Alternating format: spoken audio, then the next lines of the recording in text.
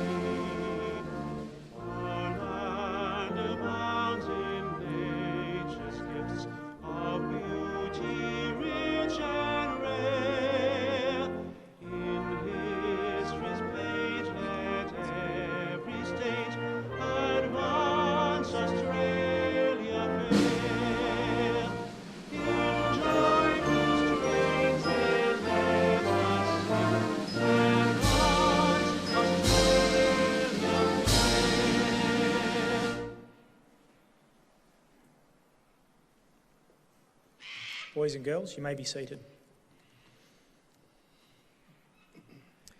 The Australian War Memorial was the vision of Charles Bean, Australia's First World War official historian.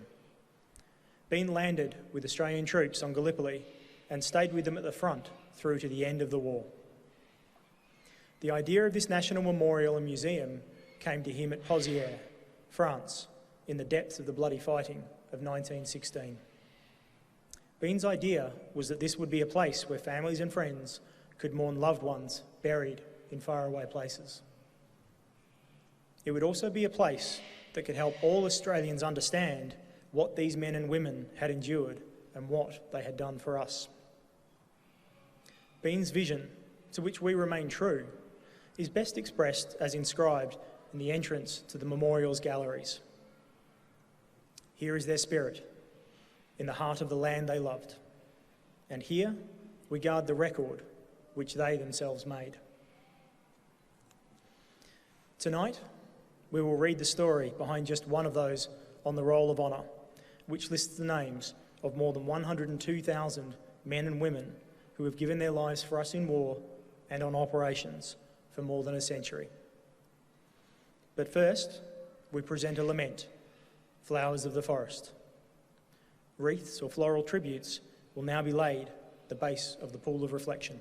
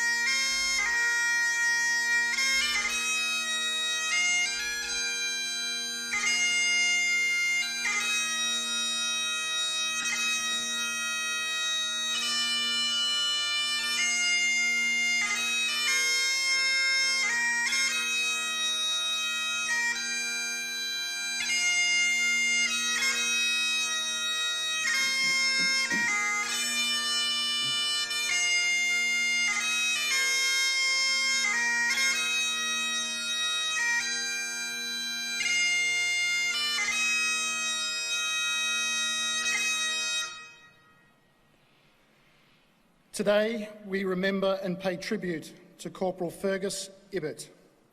Fergus Stanley Abbot was born on the 11th of February 1889 in Apsley, Tasmania, to George and Charlotte Abbot.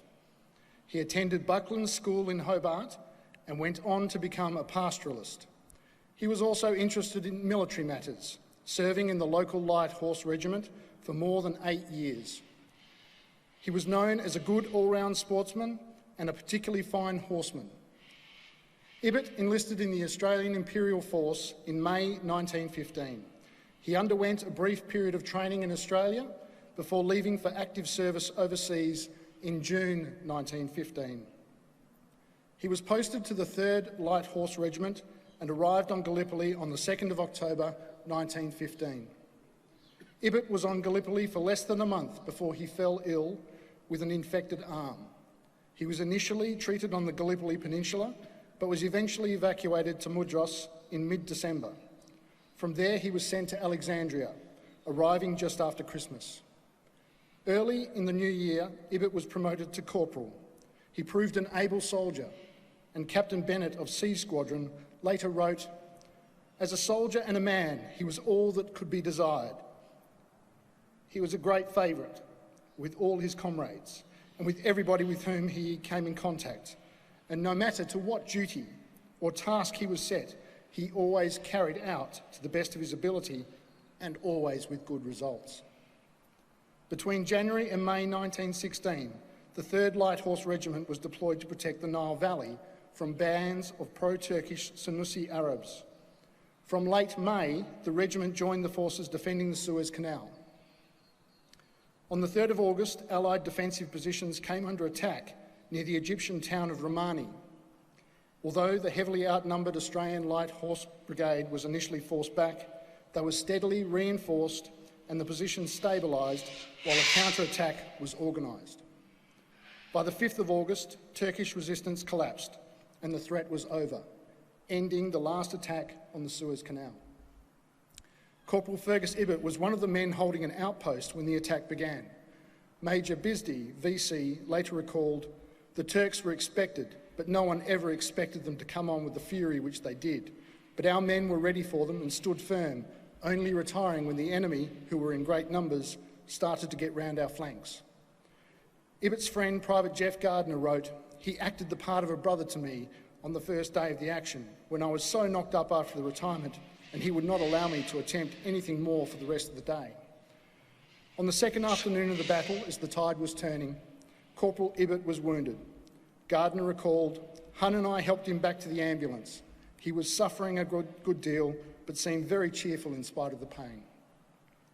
Despite the best efforts of the field ambulance, Corporal Fergus Abbot died of his wounds on the 6th of August 1916. Private Gardner wrote, "The death of Corporal Abbot has been a great blow, not only to the regiment as a trusted and valuable NCO, but a greater loss to many like myself, who were personal friends of his." Captain Bennett also expressed his sympathy for the Abbot family, writing, "We all miss him, and we one and all sympathise with you in your great loss." Abbot is buried in the Kintara War Memorial Cemetery on the eastern side of the Suez Canal, some 50 kilometres south of Port Said. He was 27 years old. His name is listed on the Roll of Honour on my right, among more than 60,000 Australians who died while serving in the First World War. This is but one of the many stories of service and sacrifice told here at the Australian War Memorial. We now remember Corporal Fergus Stanley Abbot, who gave his life for us, for our freedoms, and in the hope of a better world.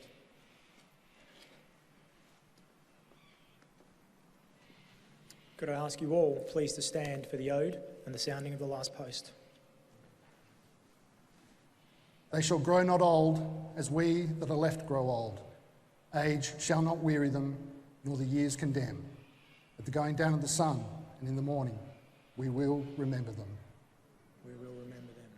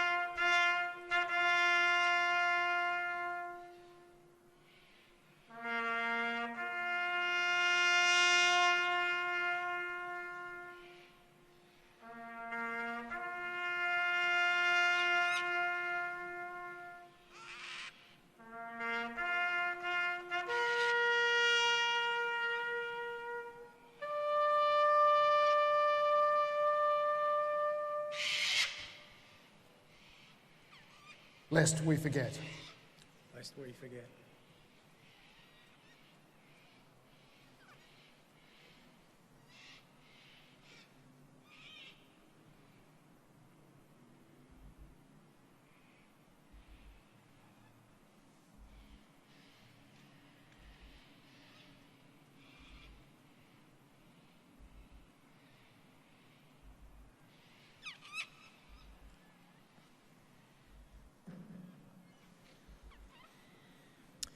We leave you this evening with the words of the memorial's founder, Charles Bean. Many a man lying out there at Poziere or in the low scrub at Gallipoli with his poor, tired senses barely working through the fever of his brain has thought in his last moments, well, it's over. But in Australia, they'll be proud of this. Ladies and gentlemen, that concludes the last post ceremony. We thank you for visiting the Australian War Memorial and wish you all a very good evening.